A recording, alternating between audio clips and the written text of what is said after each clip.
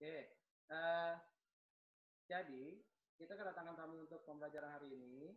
Beliau bernama Pak Irfan. Pak Irfan adalah salah satu dosen di SU Swiss German University.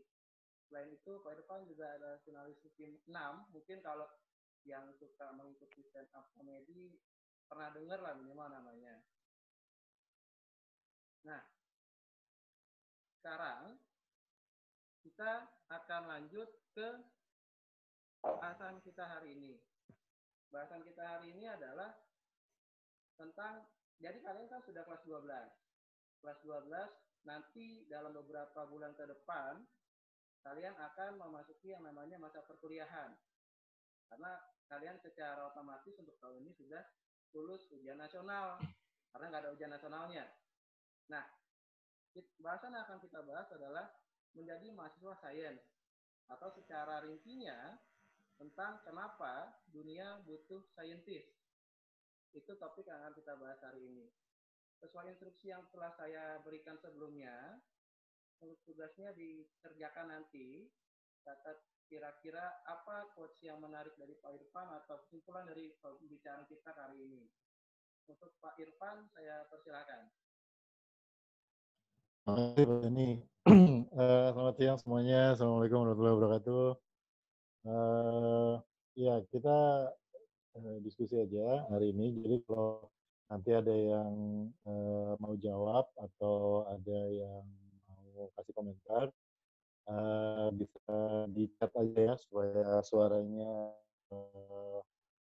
nggak tabrakan ya. Jadi pakai fasilitas chat, grup chatnya aja. Terima kasih Pak, kesempatan buat saya ketemu di tempat itu 12 dan kenapa dunia perlu saintis? Nah, ini pertanyaan yang mungkin jawabannya agak gampang kalau tanyain di hari kayak gini gitu ya. Ya karena kita ada wabah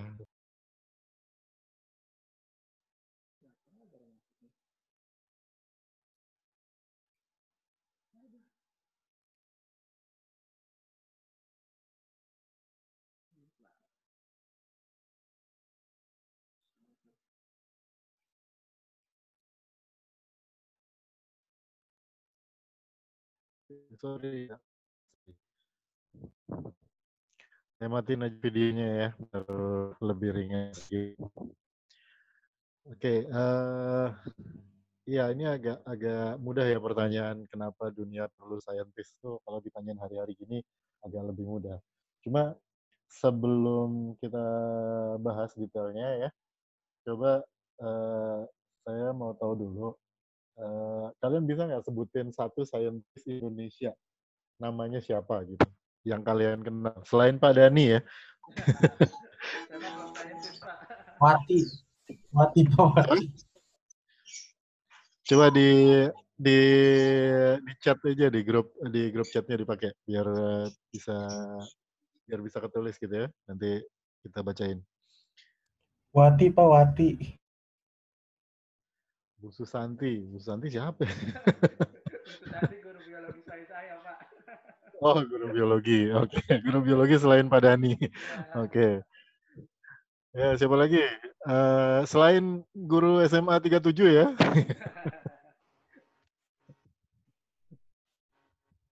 Ada yang bisa sebutin salah satu yang kalian kenal?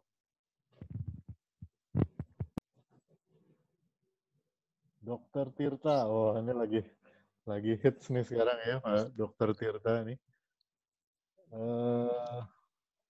Dokter Boyke ya, dokter juga. Khairul Anwar bukannya ini ya, penyair. Oke, Sujiwo Tejo pernah satu kampus sama saya, cuma beda angkatan, sama-sama di IPB.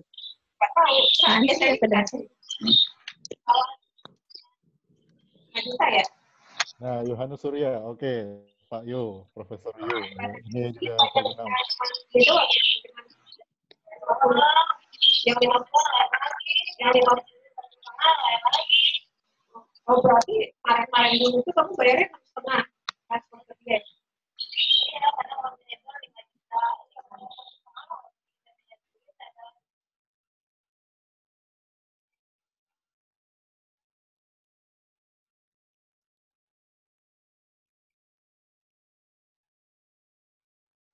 Ada beberapa yang kalian kenal ya, nama-namanya udah benar juga, Profesor Yub misalnya, lalu tadi ada Profesor Sediatmo, nah, ini juga mungkin yang sekarang namanya sering disebut ya, Dr. Sulianti Saroso. Nah, itu sekarang sering disebut kan, Sulianti Saroso itu nama rumah sakit yang dipakai buat ngerawat pasien COVID. Nah, itu juga salah satu saintis besar Indonesia. Nah, sebenarnya banyak ya saintis Indonesia itu banyak. Salah satu mungkin yang kalian paling kenal atau paling sering dengar namanya Profesor Habibie. Nah, itu juga salah satu saintis terbesar Indonesia mungkin sepanjang sejarah ya yang pernah kalian kenal. Sebenarnya mah banyak ya kalau diingat-ingat lagi. Ini karena ini pelajaran biologi ya sama Pak Dani, ini kelas biologi. Jadi saya mau kasih satu cerita tentang saintis Indonesia yang mungkin jarang kedengeran. Jadi ada yang tahu berapa jumlah pasang kromosom gen manusia? Ya, dijawab di grup chatnya. Berapa pasang? 23 pasang. Ya, Fajri Malik ya sama Dina ya. Ya, banyak semuanya tahu ya. Anjay. Alhamdulillah Pak Dani didengerin pelajarannya berarti. Nah, orang tahu bahwa kromosom itu ada 46 atau 23 pasang, itu belum lama. Itu baru tahun 1956. Sebelumnya orang itu mengira kromosom manusia itu 48. Gitu. Ada yang tahu siapa yang menemukan bahwa kromosom manusia itu 23 pasang?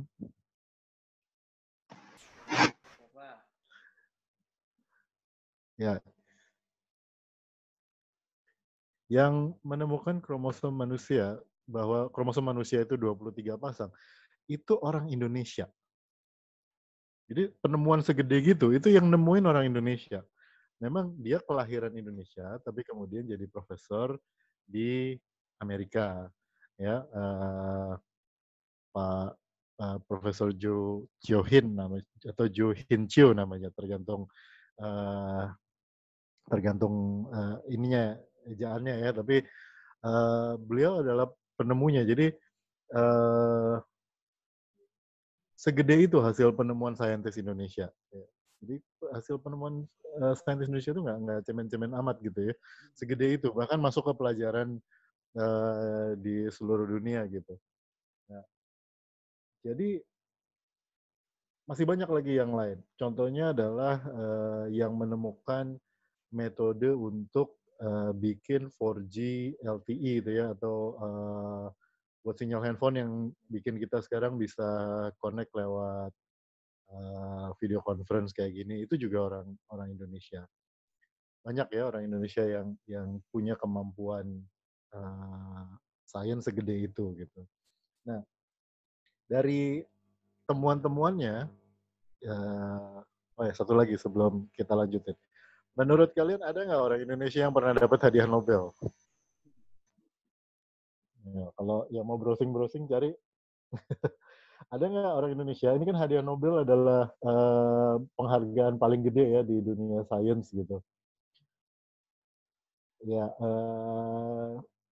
siapa orang Indonesia yang pernah mendapat hadiah Nobel di bidang sains? Ada nggak? Kalau ada siapa namanya? Kalau ada doang harus tanggung jawab ya. Kalau bisa nyebut ada, harus bisa sebut namanya. Pak Habibie sayangnya belum mendapat hadiah Nobel, Adinda.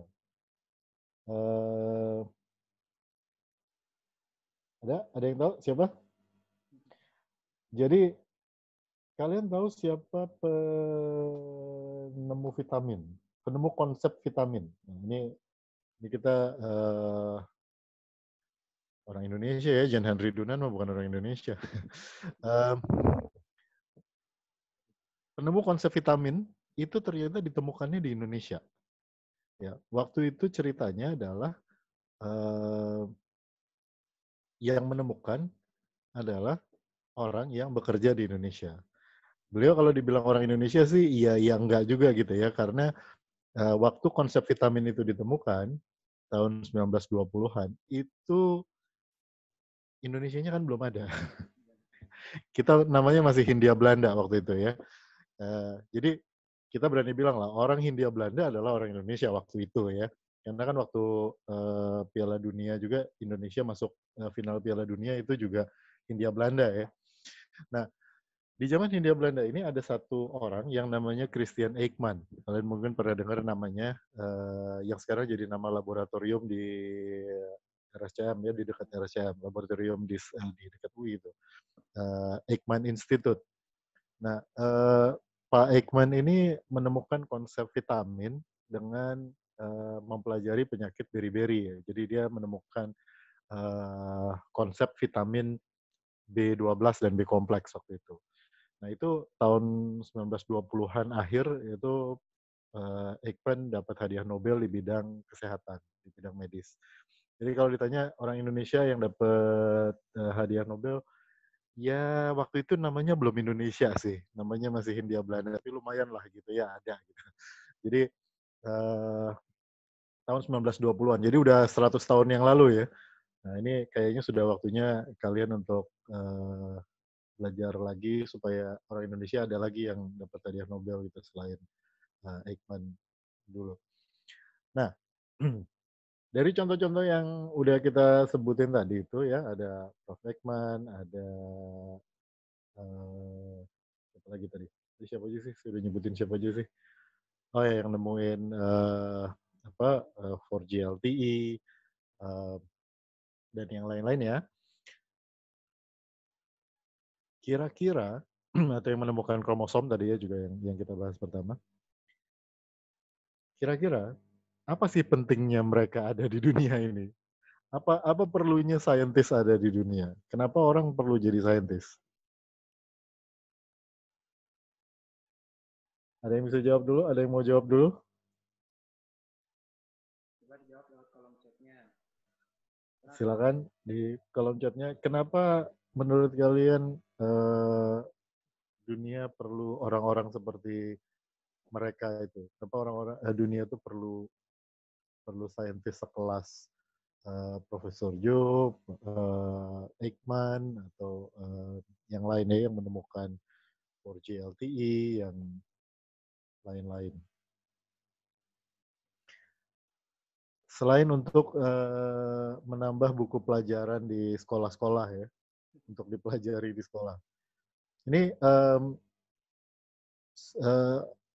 ngingetin aja bahwa ini kan tahun 2020 ya, kalian umur 17-18 lah kira-kira sekarang, atau 17, 16-17. Nah, berarti kalau nanti tahun 2045, Indonesia 100 tahun merdeka, itu kan 25 tahun lagi ya. Jadi 25 tahun lagi kalian akan ada di posisi yang sama kayak orang-orang yang kita sebutin tadi gitu. Ya, jadi ingat-ingat aja kalau nanti 25 tahun lagi kalian jadi saintis besar, ingat-ingat lagi bahwa Pak Dani dan saya pernah bikin sesi untuk ngobrol-ngobrol tentang saintis di dunia ya. Untuk mengembangkan ilmu, oke Rianti, terima kasih. Untuk ningkatin kualitas hidup manusia, terima kasih Dina. Nah, nambah pride Indonesia, oke itu juga boleh ya. Indonesia juga bisa bangga sama saintis-saintisnya. Sebenarnya kenapa sih orang jadi saintis? Kenapa sih saya mau jadi saintis misalnya? Atau kenapa kalian harus jadi saintis nanti kalau sudah lulus dari SMA misalnya, lalu pilih jurusan-jurusan kuliah nanti. Ada yang tahu berapa jumlah saintis di Indonesia? Sekarang? Tebak-tebak aja, tebak. Jumlah saintis di Indonesia berapa? Berapa orang? Ya, berapa orang? Ada yang bisa tebak angkanya?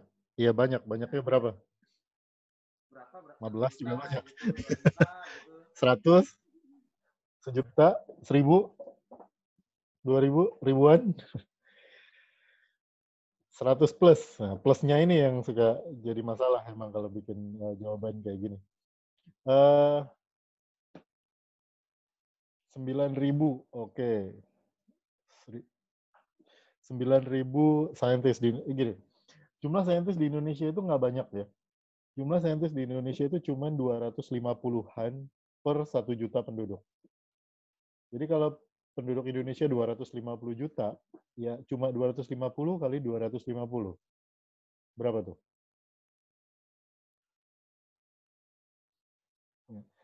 Jumlah saintis di Indonesia itu cuma 250-an per 1 juta penduduk. Bandingannya sama Amerika kira-kira berapa? Kalau Indonesia 250 per 1 juta penduduk, kalau Amerika kira-kira berapa? Per 1 juta penduduk? 1.000, 2.000. Ada yang bisa kasih komentar? 300? 400? Amerika 4.000. 4.000-an saintis per 1 juta penduduk. Ya. Yang paling gede sekarang adalah Finlandia, itu sekitar 7.000-an. 7.000 saintis per 1 juta penduduk. Jadi jumlahnya Indonesia itu jauh banget gitu. Ya, Jepang aja sekitar 5.000-an. 5.000-an per 1 juta penduduk. Ya. Jadi jumlah saintis di Indonesia ini masih kurang sebenarnya, masih kurang banget gitu. Jadi kalau kalian mikir gitu, kenapa temuan-temuan dari Indonesia jarang yang mendunia? Ya karena yang nemuinnya sedikit. Orang yang bisa nemuin penemuan-penemuan besar itu nggak banyak gitu. Ya kalau 1 juta penduduk aja cuma 250 orang yang bekerja di bidang riset, yang jadi saintis, susah kalau mau nemuin sesuatu. Nah, padahal misalnya kalau kita bandingin misalnya sama Korea aja gitu ya, Korea Selatan. Nah, di sini banyak kali ya yang suka nonton musik Korea atau drama Korea. Korea itu berhasil menemukan teknologi LCD yang sangat efisien dan efektif dan bisa memproduksi dalam jumlah besar. Sekarang itu rata-rata, kalau saya nggak salah angkanya, 7 dari 10 LCD yang ada di dunia, artinya yang kalian pegang, gitu ya, yang dipakai buat video conference, di laptop, di handphone, dan segala macam, 7 dari 10 keping LCD-nya, layarnya itu adalah bikinan Korea. Gitu. Jadi mereka bisa menemukan sebesar itu gitu ya, bisa nemuin, bukan cuma nemuin LCD-nya, tapi juga nemuin gimana cara produksinya, gitu. Cara produksinya sehingga bisa menguasai dunia. Nah kalau di kita kan agak susah ya, selain jumlahnya tadi sedikit, bidangnya juga macam-macam gitu. Jadi 250 orang per 1 juta penduduk itu kan ada yang ada yang di bidang sains, ada yang di bidang sosial, ada yang di bidang kesehatan, ada yang di bidang engineering, teknik, dan lain-lain. Nah, jadi kenapa kalian perlu jadi saintis? Pertama, ya karena jumlah saintis kita masih kurang. Itu satu yang paling gede ya. Jumlah saintis kita tuh masih dikit banget. Malaysia agak sedikit lebih tinggi dari kita. Kita tuh cuma satu tingkat di atas Nigeria. Kalau dari jumlah saintis per 1 juta penduduk. Bayangin, kita cuma satu tingkat di bawah, di atas Nigeria gitu. Nah, jadi banyak hal yang bisa dikejar di bidang itu ya. Paling nggak ningkatin jumlahnya dulu. Ini kalau 50, ini satu kelas isinya berapa nih? Ini satu kelas, partisipan kelas ini aja ada 72 gitu. Kalau 50-nya aja memutuskan untuk jadi saintis, lumayan lah ya buat nambah-nambah jumlah saintis di Indonesia per 1 juta penduduk gitu. Nah, pertanyaan gedenya adalah, emang kalau jadi saintis itu ada duitnya gitu, bisa hidup gitu ya nanti kalau kalian sudah lebih dewasa gitu ya, 10-15 tahun lagi memutuskan untuk jadi saintis. emang cukup gitu untuk menjadi penghidupan. Misalnya kalau dibandingin jadi YouTuber gitu atau jadi content creator gitu yang AdSense-nya jalan terus misalnya. Nah, ini ada beberapa bocoran ya bahwa jadi scientist itu bisa menghasilkan penghasilan yang nggak kalah atau bahkan jauh lebih gede daripada content creator atau YouTuber lah gitu ya. Kalau content creator atau YouTuber itu kan dapat duitnya dari AdSense ya. Dia pasang link iklan, nanti setiap kali ada yang ngeklik iklannya atau ada yang ngeklik itu dia dapat duit. Scientist itu bisa menghasilkan satu karya yang namanya paten. Nah, paten ini adalah hasil temuannya scientist, terus didaftarin gitu ke kantor paten. Terus nanti kalau patennya ini atau barang yang ditulis di hak cipta atau hak patennya ini diproduksi, dia bisa dapat uang dari setiap produk yang dijual. Jadi kalau kalian bisa jadi scientist di level yang cukup tinggi di mana kalian bisa menghasilkan paten, itu hak paten itu kalian bisa dapat duit dari situ hampir seumur hidup gitu. Jadi setiap kali barangnya diproduksi dia dapat, setiap kali barangnya dijual dia dapat. Gitu. Jadi sebagai scientist itu ada pemasukan yang nggak kalah sama atau setipe lah sama content creator gitu ya. Setiap kali bikin konten dia diklik terus dapat duit dari situ. Nah, jadi scientist juga bisa kayak gitu.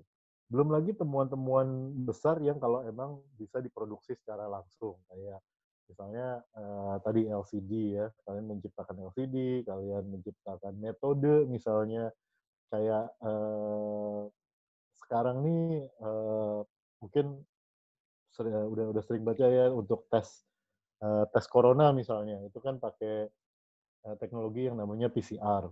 Nah, orang yang menciptakan teknologi PCR itu kan scientist juga. Ya, ada perusahaan-perusahaan yang memproduksi PCR. Dan kalian bayangin sekarang semua negara minta disuplai oleh alat PCR itu. Jadi memang menghasilkan cukup banyak lah ya untuk menjadi scientist yang kalau kalian berhasil untuk jadi scientist di level yang internasional kayak gitu, yang karyanya bisa dipakai di seluruh seluruh dunia. Tadi kita udah nyebut content creator ya. Salah satu pekerjaan scientist yang juga kalian bisa explore adalah menjadi content creator. Gitu.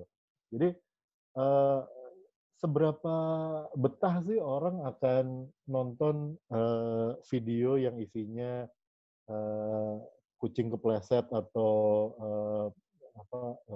orang joget-joget gitu ya? Ya mungkin sekali-sekali lah oke lah ya gitu. Saya juga suka nonton gitu sekali-sekali.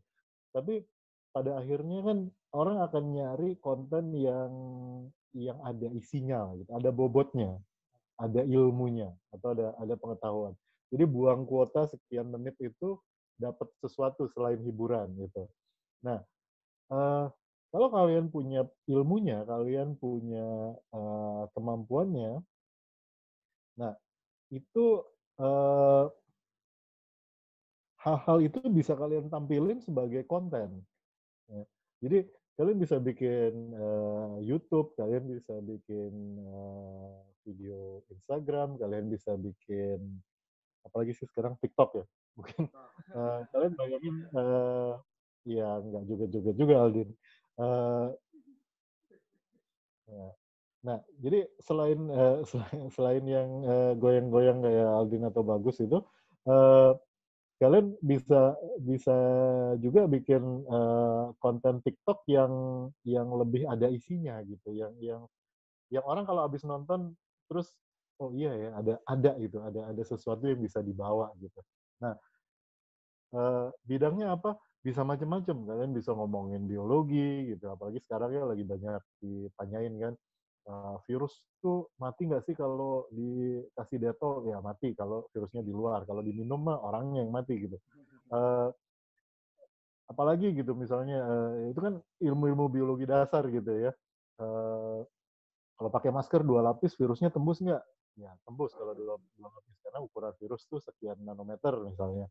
Nah, yang kayak gitu-gitu kan kalian bisa ceritakan gitu ya eh, di sosial media gitu, di video apapun gitu yang kalian bikin platformnya.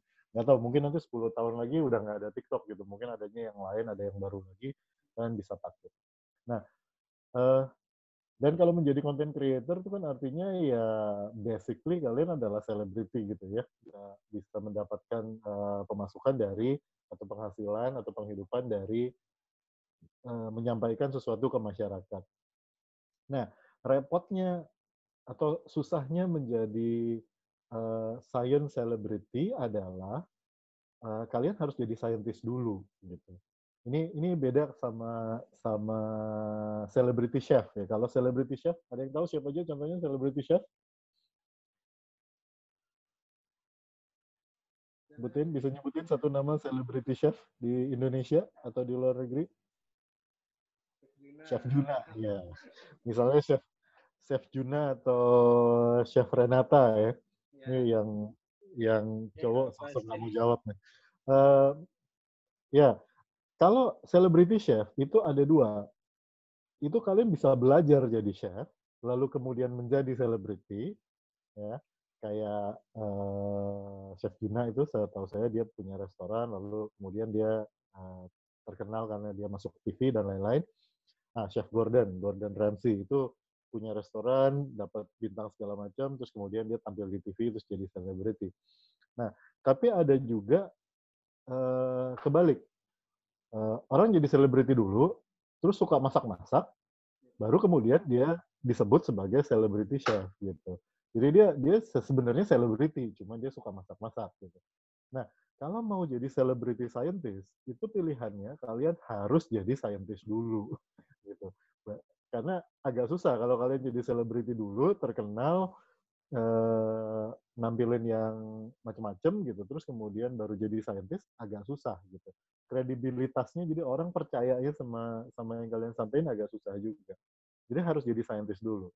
Nah, makanya peta jalannya untuk nyampe ke sana adalah lulus SMA ini, kuliah ambil jurusan science apa aja gitu ya, science, engineering. Kalian jadi scientist, habis itu sambil kalian kuliah atau begitu kalian sudah mulai mengerti banyak gitu, mulai bikin konten-konten yang berhubungan sama science. Nah, dari situ kalian bisa bisa jadi celebrity scientist, dan celebrity scientist ya lumayan juga sih ininya hasilnya kalau kalau diseriusin mah gitu ya. Yang lain kenapa kalian harus jadi scientist adalah yang tadi udah disebut salah satunya ya bikin pride buat Indonesia, bikin apa meningkatkan kualitas hidup masyarakat. Nah, ini salah satu kesempatan kalian menjadi real life superhero ya. Jadi superhero yang beneran gitu ya di dunia nyata. Bayangkan kalau kalian berhasil menemukan virus antivirus untuk COVID-19 misalnya ya. Ya. Antivirus yang beneran ya, jangan pakai Smadaf. Kalau pakai Smadaf COVID-19 nggak kena. Jadi kalau kalian berhasil menciptakan vaksin atau antivirus gitu, itu kan berhasil menyelamatkan dunia gitu ya. Banyak sekali penyakit-penyakit yang belum ketemu obatnya sekarang gitu.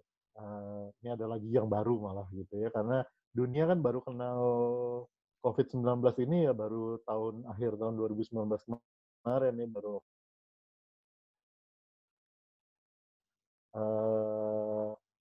masih banyak celah yang bisa diambil untuk membantu menemukan obatnya. Nah,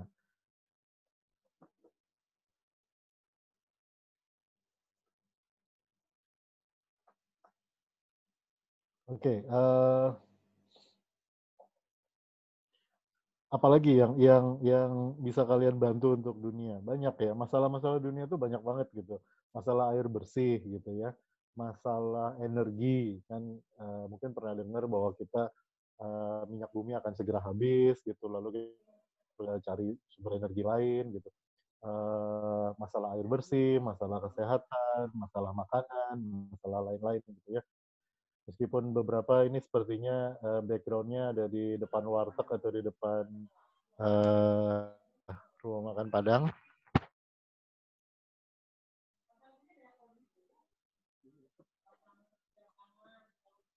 Ini tuh punya masalah dengan ketersediaan makanan ya. Jadi atas itu juga sesuatu yang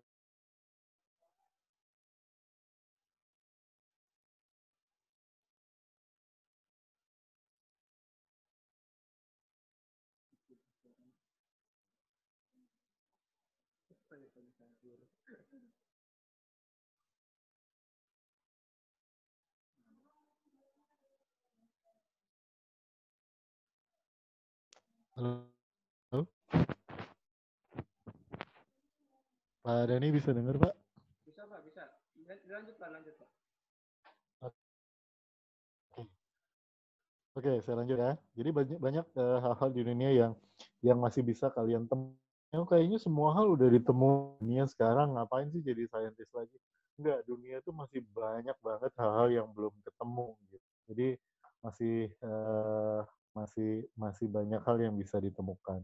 Ya termasuk teknologi kayak video conference ini ya, yang kita tadinya nggak kepikir bakal perlu, terus tiba-tiba bulan Maret, April ini tiba-tiba semua orang sekarang pakai video conference gitu. Ini kan artinya juga perlu teknologi untuk sinyal, ngehemat pulsa, ngehemat kuota, teknologi ngirim gambar, ngirim suara, ngirim data, dan lain-lain. Nah, terus bilang, tapi kalau teknologi kayak gitu, belajar biologi, banyak hal di dunia ini yang saling meniru. Jadi misalnya gini, teknologi komunikasi yang sekarang dipakai di dunia itu menggunakan model yang sama dengan sistem saraf manusia.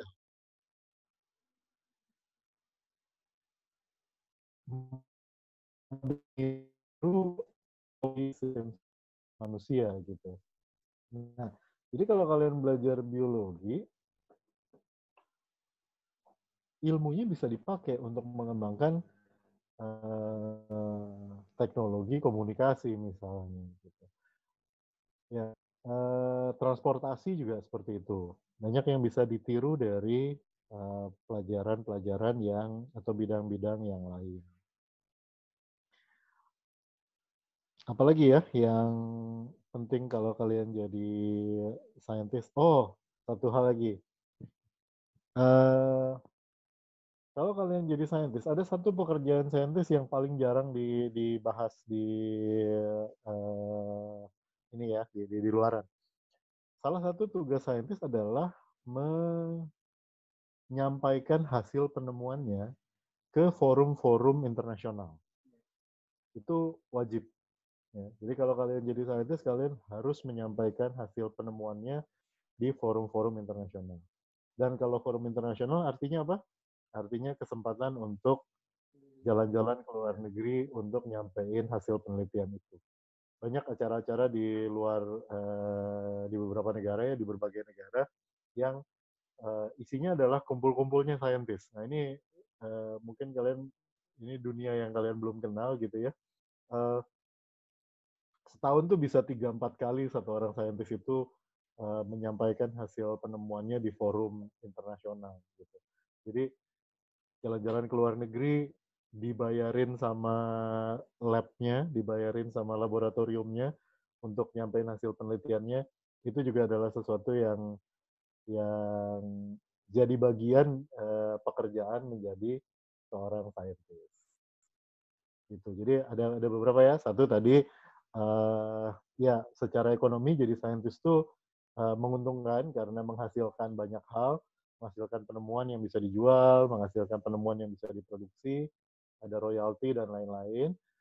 Kalian bisa menjadi communicator ya, content creator, dan pekerjaan-pekerjaan lain di luar bidang sainsnya. Lalu yang ketiga adalah membantu masyarakat beneran gitu ya, jadi punya kontribusi besar. Ini kalau kalian religius, mungkin ini adalah uh, amal jariah yang akan dibawa sampai mati nanti gitu ya. Terus yang keempat adalah kesempatan untuk melihat dunia gitu ya. Paling nggak kalian S2, S3 nanti ngambilnya misalnya ke luar negeri, itu udah kesempatan untuk jalan-jalan. Lalu nanti setelah jadi scientist, selalu ada forum-forum internasional di mana kalian harus menyampaikan karya ilmiahnya. Itu juga artinya jalan-jalan ke luar negeri dibayarin oleh tempat kalian kerja nanti, yaitu laboratorium dan atau perusahaannya. Oke, mungkin itu Pak Dani dan teman-teman, sementara yang saya sampaikan. Kalau ada yang mau ditanyain atau mau didiskusikan, silakan. Oke, itu penyampaian materi dari Pak Irfan. Terima kasih sekali Pak Irfan. Mungkin Ya. dibuka sesi tanya jawab untuk 2 orang kali ya maksimal ya. Kira-kira apa yang mau kalian tanyakan tentang topik yang kita bahas hari ini, yaitu kenapa dunia butuh saintis. Pertanyaan sekonyol apapun akan dijawab karena terkadang hal-hal hebat muncul dari hal-hal yang mungkin terlihat konyol. Gitu ya. Ya, betul Pak Dani. Silakan kalau ada yang mau ditanyakan ditulis aja di grup chatnya supaya kita bisa bacain. Tadi Pak Dani bilang katanya silakan mau nanyain hal konyol apapun, karena kadang-kadang hal besar itu datang dari pertanyaan yang sederhana. Betul sih, nggak ada pertanyaan yang bodoh ya, kalau jawaban yang ngaco mah banyak gitu. Tapi kalau pertanyaan yang ngaco tuh hampir nggak ada. Silakan yang mau tulis. Oh, ini ada satu nih, tapi private. Mau dibacain nggak nih, Irfan Kurnia Wijaya? Soalnya ngirim pertanyaannya private nih. Jadi, mana nih? Kalau mau dibacain, ini saya bacain aja lah ya. Ada kemungkinan nggak Pak teknologi di mana kesadaran manusia dipindahkan ke dunia virtual? Ada banget kemungkinannya. Ada banget karena sekarang teknologi gini, kalau kalian mungkin kenal sama teknologi yang namanya artificial intelligence ya. Artificial intelligence itu sebenarnya bukan teknologi masa depan. Artificial intelligence itu adalah teknologi saat ini. Kalau kalian Google ya, kalian melakukan googling, itu coba deh lihat ya antara satu gadget dengan gadget yang lain gitu ya. Misalnya kalian punya teman sebelah gitu ya, terus sama-sama googling keyword yang sama, itu hasilnya bisa beda. Karena di Google itu ada artificial intelligence-nya. Ya kalau kalian misalnya gini, kalian masukin kata mixer misalnya, itu yang suka bikin kue itu akan muncul mixer kue. Tapi yang suka main gitar itu muncul mixer gitar, mixer sound, gitu. Dan itu karena kenapa bisa kayak gitu? Karena artificial intelligence itu udah jadi bagian dari teknologi saat ini. Terus kalau kalian misalnya pakai Google Maps ya, atau pakai ya Google Maps atau Waze gitu ya, Waze gitu, nyari jalan gitu. Nah itu juga menggunakan artificial intelligence. Jadi artificial intelligence itu udah segitu gedenya. Apakah bisa mindahin kecerdasan manusia nanti ke virtual atau kesadaran manusia? Kalau kesadaran mungkin yang paling gampang diterjemahinnya sebagai intelligence ya. Itu ke dunia virtual bisa banget jawabannya. Kapan terjadinya? Mungkin lebih cepat dari yang kalian bayangin. Gitu. Oke, Nashita, pertanyaannya. Kenapa saintis cenderung mempelajari luar angkasa daripada lautan? Sebenarnya sama ya. Saintis yang mempelajari lautan itu sama banyaknya dengan yang mempelajari luar angkasa. Cuman yang ya sama-sama Irfan Kurnia. Saintis yang mempelajari luar angkasa itu lebih high profile aja. Karena kan pakai roket ya. Dan nerbangin roket itu kelihatan. Sementara kalau kalian nyelam ke dasar laut itu nggak kelihatan gitu ya. Jadi sebenarnya banyak juga di Indonesia orang yang mempelajari lautan itu juga cukup besar. Di BPPT, Badan Pengembangan dan Penerapan Teknologi, itu ada satu bidang tentang kelautan tersendiri, teknologi kelautan. Dan itu canggih banget. Mereka bisa bikin peta arus laut Indonesia, termasuk suhunya dan lain-lain gitu. Buat apa? macam-macam, bisa buat pelayaran, bisa buat arus laut, bisa juga buat nebak ikan ada di mana misalnya, dan jalur mana yang paling aman dilewati oleh kapal misalnya. Itu di Indonesia juga lumayan gede ya, karena kita lautnya kan luas juga. Jerman misalnya itu kan cuma punya laut di pojokan, mereka sama sekali nggak ngerti apa-apa tentang laut. Tapi kalau Indonesia, kita jagonya di kelautan. Luar angkasa kita agak kurang memang, dibandingin negara lain. Tapi sebenarnya kalau ditanya kenapa saintis cenderung mempelajari luar angkasa daripada lautan, sebenarnya sih enggak juga. Sebenarnya sih relatif seimbang. Ya. Apalagi untuk Indonesia ya, kita bagus banget studi-studi tentang kelautannya. Biologi kelautannya juga bagus. Nah, Mozilla Pascalina, oke. Terlepas dari semua benefit jadi ilmuwan, kenapa Pak Irfan sendiri tertarik sama dunia sains? Ya itu, yang menyebabkan saya tertarik sama dunia sains adalah yang tadi saya sebutin. Bahwa satu yang gede sebenarnya yang bikin saya tertarik ke dunia sains adalah karena saya kesel sama pelajaran kimia saya waktu di SMA. Ada yang punya masalah sama pelajaran kimia di SMA? Ya, angkat tangan, boleh? Ya, 1, 2, 3, 4, banyak ya. Nah, persis. Jadi satu angkatan Pak semua gitu ya, nggak usah curhat juga. Gini, jadi karena saya bermasalah sama, saya suka kimia, siapa tuh? Ya, saya suka kimia, tapi saya bermasalah sama pelajarannya karena pelajarannya agak susah dimengerti, kan abstrak banget gitu ya. Kalau biologi itu bendanya masih bisa dipegang. Kalau kimia kan begitu kita ngomongin apa orbital N1 dan lain-lain gitu kita udah mulai ini apa sih gitu. Nah, kira-kira di pertengahan kelas 12 waktu itu namanya masih kelas 3 SMA ya. Jadi di pertengahan kelas 12 itu saya nggak tahu gimana gitu ya. Saya tuh terpikir sesuatu. Saya cuma mikir bahwa harusnya ya pelajaran kimia ini punya fungsi lebih baik di hidup manusia sekedar nyusahin anak SMA. Gitu. Bahwa ilmu ini yang sudah ribuan tahun umurnya ini pasti punya fungsi lain di hidup manusia selain sekedar nyusahin hidupnya anak SMA. Nah dari situ terus saya ngobrol sama guru SMA, guru kimia saya. Terus saya tanya gitu kan, Bu, emang kimia itu sebenarnya di hidup manusia itu gunanya buat apa sih Bu selain nyusahin kami gitu? Terus saya dikenalkan sama satu bidang yang namanya teknik kimia. Dia bilang katanya, kalau kamu mau belajar kimia yang menghasilkan sesuatu untuk hidup manusia, kamu belajar teknik kimia. Terus saya pelajari apa aja sih sebenarnya yang dibahas di teknik kimia. Terus saya pikir, apalagi saya suka biologi juga, jadi ternyata di teknik kimia itu ada bidang yang namanya bioproses.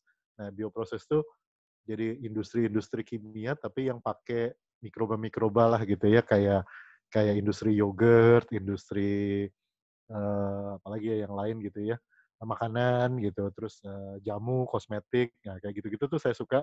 Terus ternyata cocok gitu ya udah, terus jadi saya belajar itu sampai sekarang.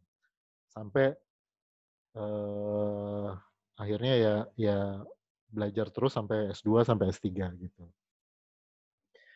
Oke, dari Bagus, bagaimana caranya jadi saintis yang dapat diterima masyarakat? Emang sekarang saintis nggak diterima masyarakat ya? Karena terkadang bahasa saintis sulit dicerna masyarakat. Nah, itu yang penting ya. Itu kamu udah tahu jawabannya.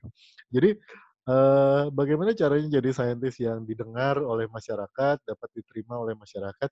Yang pertama adalah bahasanya harus sama bahasa masyarakat. Gitu. Kamu harus bisa ngomong ke masyarakat. Artinya jadi saintis juga adalah jadi orang yang harus bisa ngomong, harus punya ilmu komunikasi yang baik gitu. Nah, kalau ini di kelas ada yang tertarik untuk saya mau belajar ilmu komunikasi aja. Boleh, bagus. Atau saya mau jadi saintis, saya mau jadi ahli biologi, saya mau jadi ahli kimia atau fisika, mau jadi insinyur, mau kuliah teknik, tetap harus belajar ilmu komunikasi juga karena ilmu komunikasi itu yang bikin kalian bisa ngobrol sama masyarakat. Kan kalau mau bantu masyarakat tapi nggak bisa ngobrolnya sama mereka, akhirnya ya jadi salah-salah terus gitu. Ya, apalagi istilah sains itu kan sensitif ya kalau kita ngomong misalnya, ya ini kasus aja terbaru ya tentang virus ini kan, kalau ada satu aja saintis yang salah ngomong tuh artinya bisa jadi lain gitu. Ya kayak misalnya bedanya istilah antiseptik sama desinfektan gitu. Nah, itu aja bisa kalau salah mengerti masyarakat bisa kejadian detol diminum misalnya gitu. Jadi memang mesti hati-hati dan mesti belajar banget cara nyampein. Yang kedua adalah kalian bikin sebuah karya yang emang dipakai sama masyarakat. Itu cara yang paling bagus untuk jadi saintis diterima di masyarakat. Ya, di belakang layar nggak apa-apa. Jadi misalnya gini, kalau kalian tahu siapa penemu mouse, penemu mouse komputer yang kalian pakai atau touchscreen, itu kan kita nggak pernah tahu itu siapa orangnya gitu ya. Nah, tapi karyanya kan diterima di masyarakat. Jadi kayak gitu. Oke, ada pertanyaan lain lagi? Apakah harus punya gelar pendidikan yang tinggi? Terus kalau mau riset penelitian harus dapat izin dari satu lembaga nggak, Pak? Oke, yang disebut scientist adalah orang yang bekerja di bidang sains. Jadi minimalnya kalian ya harus sarjana di bidang itu. Ya. Ada juga yang bilang katanya scientist itu harus S3 di bidang itu. Boleh juga. Jadi kalau ditanya harus punya gelar pendidikan yang tinggi, ya itu salah satu modalnya lah. Karena begitu kalian belajar di S1, di S2, di S3 nanti, itu kan yang dipelajari adalah ilmu yang memang jadi bidangnya gitu. Dan kalau sudah sampai S3 itu kan artinya yang dipelajari itu makin dalam gitu. Contoh aja ada salah satu teman saya yang dia baru ngeh setelah dia ngambil S2 di bidang matematika, dia baru benar-benar ngeh kenapa kalau di persamaan matematika, kalau pindah ruas dari kiri ke kanan, itu simbolnya berubah dari positif ke negatif atau dari plus ke minus, minus ke plus. Kalau buat kita kan kita pakai aja gitu ya. Gitu misalnya X1 X tambah 2 sama dengan ini. Begitu X-nya pindah ke kanan, dia jadi minus gitu. Nah, ilmu kenapa itu terjadi, teman saya baru dapat di S2 gitu. Waktu dia mengambil S2 matematika. Jadi memang ada kelebihannya kalau kalian ngambil S2 atau S3 di bidang ilmu itu, sehingga kalian bisa jadi saintis yang lebih baik. Kalau mau riset, harus dapat izin? Enggak. Kalau mau riset, kalian bisa riset sekarang. Sekarang pun bisa gitu ya. Saya punya kompetisi, tiap tahun saya punya kompetisi yang saya buka untuk anak SMA. Itu penelitian khasnya anak SMA. Jadi yang neliti macam-macam. Ada yang neliti berapa peluang menang main Sweep Jepang itu, gunting batu kertas. Ada yang bikin penelitian berapa persen orang yang lebih suka makan mie direbus dulu atau diremes langsung gitu, macam-macam. Dan yang namanya penelitian tuh nggak harus selalu langsung yang hebat-hebat gitu ya, bisa dari yang receh-receh dulu gitu. Ya contoh aja kalian mungkin penasaran berapa lama waktu yang dihabiskan oleh pelajar laki-laki dibandingkan pelajar perempuan untuk mengatur kamera sebelum online class gitu, sebelum pembelajaran jarak jauh. Itu beda jumlahnya gitu. Ada yang oh ini angle-nya belum pas nih. Kalau saya bagusnya kalau agak ke kiri dikit misalnya kayak gitu tuh itu bisa dipelajari gitu, bisa jadi riset, bisa jadi topik riset. Ajeng, hal dasar apa yang diperlukan untuk jadi saintis? Satu yang paling gede modal untuk jadi saintis adalah rasa ingin tahu. Jadi kalau kalian yang punya bakat kepo dari sekarang, yang bakat keponya tinggi banget, kalian akan jadi saintis yang sangat baik. Percaya sama saya, kalian akan jadi saintis yang kelas dunia lah. Kalau kalian sudah mulai kepo dari sekarang. Nah, masalahnya adalah yang dikepoin apa gitu. Nah, yang dikepoin adalah hal-hal yang berhubungan sama ilmunya. Ya. Meskipun kelihatannya nggak berhubungan gitu. Misalnya kalian pengen tahu gitu, kenapa sih orang Indonesia itu kalau belum makan nasi bilangnya belum makan? Ya, Pak Dani, enggak. Ya Pak. Atau ada hal-hal lain yang kalian pengen tahu gitu ya. Berapa kan katanya kemarin di isu COVID ini Katanya kita harus mencegah untuk tidak menyentuh muka gitu ya. Ya. Mungkin kalian pengen tahu berapa sering sih dalam 1 jam seseorang itu menyentuh muka gitu. Itu bisa dipelajari gitu. Tingkat-tingkat keingintahuan itu yang penting. Nah, nanti kalau sudah ada tingkat keingintahuan yang tinggi, baru kita belajar gimana cara nganalisanya, gimana cara ngumpulin datanya, gimana cara ngitungnya, gimana cara ngukurnya. Lalu teori apa yang ada di balik temuan-temuan itu. Gitu. Itu modalnya. Jadi rasa ingin tahu dulu, baru nanti didukung sama pengetahuan. Ada lagi? Terima kasih Ajeng pertanyaannya. Yang lain? Pak, saintis pernah gagal nggak sih Pak? Oh, sering. di di di dunia sains itu ada sebuah pernyataan begini. Kalau sesuatu itu berjalan benar dari pertama, pasti ada yang salah. Jadi kalau sesuatu itu berhasil di saat yang pertama, itu berarti ada yang salah. Gitu aja. Jadi saintis itu banyakkan gagalnya daripada berhasilnya sebenarnya. Tapi dari situ kita belajar untuk nemuin sesuatu yang baru. Jadi kalau kalian tadi ya satu ya, kalian punya tingkat kepo yang tinggi, lalu kalian sudah sering gagal ngapa-ngapain gitu, berarti kalian sudah siap untuk jadi saintis. Sering banget gagal mah. Silakan yang lain. Menyambung pertanyaan tentang laut, kenapa ilmuwan lebih kelihatan mencari kehidupan di luar angkasa? Sedangkan kehidupan di dalam laut saja masih banyak misteri gitu. Nah, kenapa ilmuwan mencari kehidupan di luar angkasa bukan di dasar laut? Karena kita sudah tahu bahwa di dasar laut banyak kehidupan. Jadi nggak usah dicari lagi. Gitu. Tinggal bentuk dan sifatnya aja seperti apa itu yang dipelajari. Itu tadi udah dijawab juga ya, Endra, makasih. Syafiq, kenapa banyak riset sains yang masih dilarang sama pemerintah? Salah satunya riset tanaman ganja untuk pengobatan. Oh, ini fansnya Panji nih. Syafiq, ya, jadi gini, beberapa riset di Indonesia memang dilarang karena sebenarnya bukan di Indonesia aja ya, di banyak tempat di dunia, bukan dilarang tapi diatur dengan pertimbangan etika. Misalnya salah satunya etika ini di sini bukan masalah sopan apa enggak ya, tapi etika itu apakah layak misalnya untuk diuji cobakan ke manusia, misalnya kayak gitu. Contoh aja, cloning, ya bikin clone, melakukan penelitian cloning, itu sebetulnya sudah bisa dilakukan untuk manusia. Jadi saya bisa nge-clone Padani misalnya gitu ya, atau saya bisa nge-clone kalian gitu. Itu bisa aja gitu. Cuman kan itu nggak etis gitu ya. Jadi tidak diperbolehkan gitu.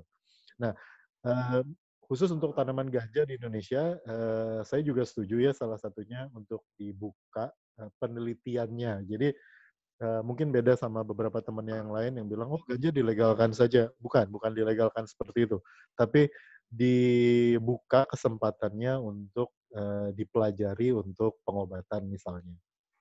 Saya setuju sama itu. Mungkin sekarang belum fokus ke situ. Mungkin nanti 5-10 tahun lagi mungkin sudah dibolehkan sehingga kita bisa melakukan penelitian untuk itu. Oke, di setiap kegiatan Martiza, setiap kegiatan pastikan ada rasa bosannya. Nah, kalau saintis mengatasi cara bosannya gimana? Gimana ya? Sama aja kayak kalian gitu. Kalau bosan ya ngerjain yang lain gitu. Jadi salah satu kenapa saya stand up comedy misalnya gitu, atau saya tiba-tiba muncul di kelas 12 sama 37 gitu. Ya karena sekarang saya lagi nggak bisa ke lab gitu, terus saya rada-rada mati angin juga gitu, rada-rada gabut juga untuk bacain paper-paper. Jadi ya ngobrol sama kalian ini mungkin salah satu cara saya biar nggak bosen. Beberapa saintis dunia yang saya ikuti itu juga melakukan hal yang sama. Jadi mereka bikin kayak misalnya Meet the Scientist gitu dan lain-lain. Jadi intinya sih yang ngerjain hal lain aja. Gini, saintis itu pada dasarnya masih manusia ya. Jadi mereka juga masih nonton ke bioskop gitu, masih olahraga gitu, masih melakukan kegiatan seni yang lain gitu. Ada yang suka karaokean juga gitu, ada yang suka tiktokan gitu. ya mengerjakan hal lain lah pada intinya. Gitu. Oh ya, tadi saya cerita tentang ketemu sama forum ilmiah internasional ya. Itu juga salah satu cara untuk ngilangin bosan karena begitu ketemu sama saintis kelas dunia biasanya kita rada minder gitu. Sehingga begitu pulang ke lab kita terus ada rasa pengen meneliti dengan lebih baik lagi. Fajri, saat ini banyak pro kontra tentang penelitian obat-obatan maupun kosmetik yang menggunakan binatang sebagai objek uji coba. Bapak lebih ke pro atau kontra? Nah, ini kebetulan saya ngajar teknologi kosmetik ya. Jadi salah satu bidang yang saya ajar adalah teknologi teknik kimia untuk produksi kosmetik. Menguji coba ke binatang itu bisa diganti sekarang, hampir tidak diperlukan lagi. Jadi untuk kosmetik terutama ya. Kalau obat masih agak susah. Kalau obat tetap harus diuji dulu ke binatang. Biasanya ke tikus atau ke hamster gitu ya. Tapi kalau kosmetik itu hampir tidak perlu lagi. Jadi saya pikir sih kalau untuk kosmetik harusnya tidak lagi menggunakan binatang sebagai objek uji coba gitu ya. Kasihan lah mereka kan nggak perlu lipstick gitu. Jadi untuk kosmetik kayaknya nggak perlu. Tapi kalau untuk obat-obatan belum bisa dihindari. Karena kalau enggak, maka kita harus langsung coba ke manusia kan. Nah itu yang lebih bahaya gitu. Jadi kita coba dulu ada istilahnya in vitro dan in vivo ya. Uji coba in vitro itu artinya ditabung reaksi gitu.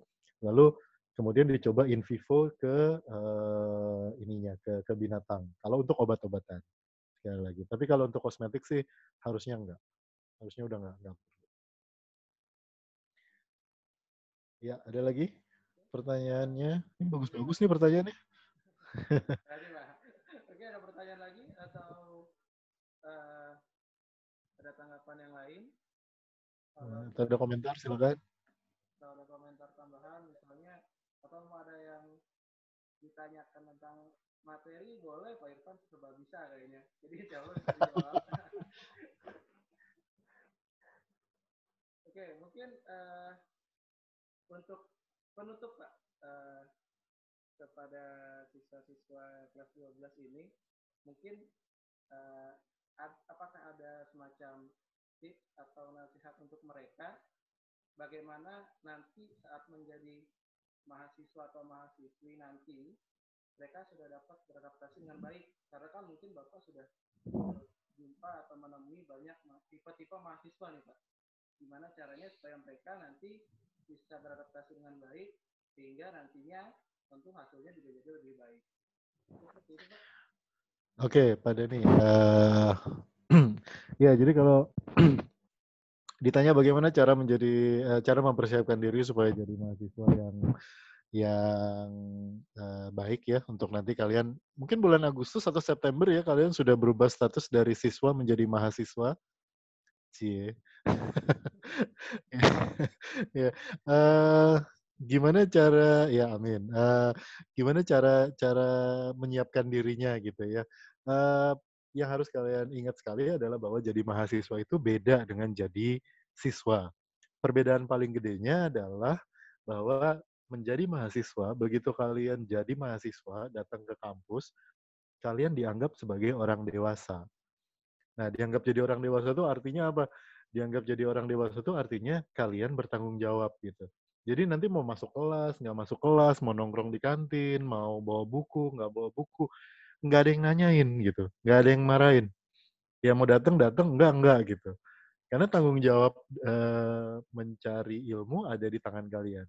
Peraturan kampus pasti ada. Misalnya kalian harus datang ke kampus, nggak boleh absen, dan lain-lain.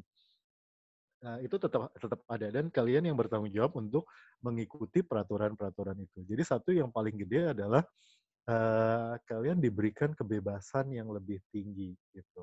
Kalian diberikan power yang lebih tinggi untuk mengatur hidup kalian sendiri di tempat belajar. Dan seperti kata Spider-Man, with great powers comes great responsibility. Artinya, kalian yang memang harus tanggung jawab sama power yang sudah diberikan, keleluasan waktu, dan lain-lain. Lalu, yang lain adalah di kampus, kalian akan menghadapi dosen yang macam-macam bentuknya gitu, macam-macam standarnya, dan macam-macam juga cara ngajarnya. Jadi eh, satu hal yang sama yang saya lihat, saya jadi dosen udah lebih dari 10 tahun, 12 tahun kali.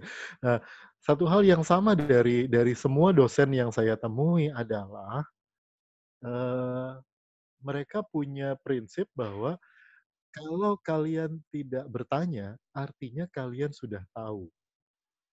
Itu yang paling bahaya sebenarnya. Ya. Jadi kalau ditanya, ada pertanyaan nggak? Terus pada diem semua. Bagus, berarti sudah tahu. Udah, selesai gitu. Jadi makanya kalau kalian nggak tahu, nanya aja mendingan gitu. Kalau nggak yakin, karena gini, eh, kita orang Indonesia ini suka malu gitu kalau mau nanya gitu ya. Ntar dibilang bego gitu sama teman sekelas gitu, dicie-ciein gitu. Ini apaan sih nanya mulu gitu, atau dianggap apalah gitu ya sama teman-temannya yang lain.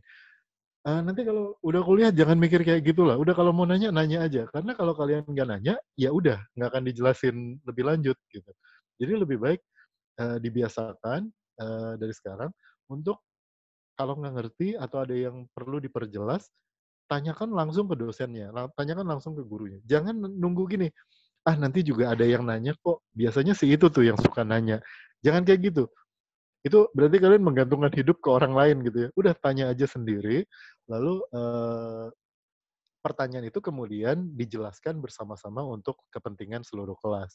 Jadi nggak apa-apa nanya aja. Seperti tadi Pak Dhani bilang, jangan takut untuk bertanya karena bertanya itu buat saya tanda tanda mahasiswa atau tanda orang yang cerdas adalah mereka yang bisa bertanya dengan pertanyaan yang benar. Itu skill, bisa nanya itu skill, ya. Bisa jawab tuh lain, tapi kalau bisa nanya itu dengan baik itu skill banget gitu. Jadi itu satu hal yang kalian bisa bisa pelajari. Saya pikir sih 2 hal ini aja modal buat kalian masuk ke dunia kampus nanti. Yang satu adalah tanggung jawab ya, yang kedua adalah berani bertanya gitu. Berani bertanya karena kalian akan menghadapi banyak sekali dosen dan teman sekelas yang datang dari berbagai background gitu ya, mungkin dari kota lain, bahkan mungkin dari negara lain gitu. Kalian bisa aja sekelas sama orang yang nggak tahu dari mana asal kotanya. Uh, Take responsibilities, ambil tanggung jawabnya, lalu manfaatin semua waktu yang ada. Kalau perlu tanya banyak tanya nggak apa-apa. Gitu. Itu aja kali ya, jangan banyak-banyak pesannya nanti keburu lupa juga, kan masih nanti Agustus atau September. Kalau 2 sih kayaknya inget gitu. Oke, untuk yang lain sudah tidak ada pertanyaan ya, mungkin kita tutup saja sesi kali ini. Sekali lagi terima kasih untuk Pak Irfan atas waktunya untuk sharing-sharingnya bersama kami hari ini. Insya Allah akan bermanfaat bagi 69 anak yang ikut berpartisipasi kali ini. Oke, baik. Terima kasih Pak Irfan. Saya tutup. Wassalamualaikum warahmatullahi wabarakatuh. Waalaikumsalam warahmatullahi wabarakatuh.